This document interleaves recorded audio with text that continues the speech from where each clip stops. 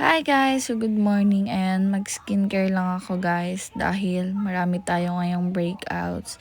Ayan. So before guys, hindi talaga ako nagkaka-breakouts ever. Hindi ako nagkaka-pimples. Pero ngayon guys, meron tayong mga chismis sa noo. So kailangan natin yan mawala.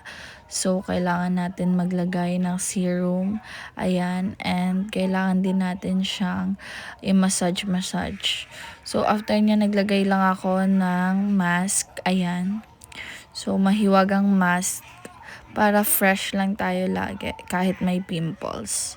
Okay, stay hydrated pa din and maganda yung ating face. Ayan. So, niready ko lang ang aking massage para sa aking face. Ayan. So, yan yung nagsisilbing nagmamassage sa aking face para mas maayos yung ating face and mas maging malinis and makinis. Ayan. And then, nagamit ko lang siya, yung isa pang massage para mas maano yung ating skin sa face. Ayan.